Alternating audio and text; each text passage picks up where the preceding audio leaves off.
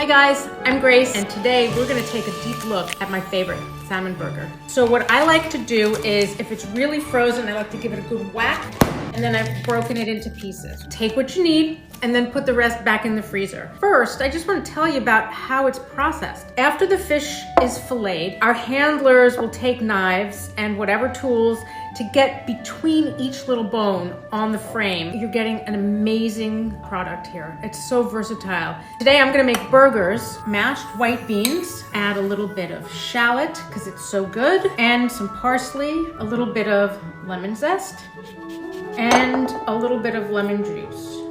So the binder for this one is really just the beans. Mix it really, really well. Form it in a patty and shape it, and then there you have it. Fresh out of the pan, onto my plate, soon to be in my stomach. I can't wait.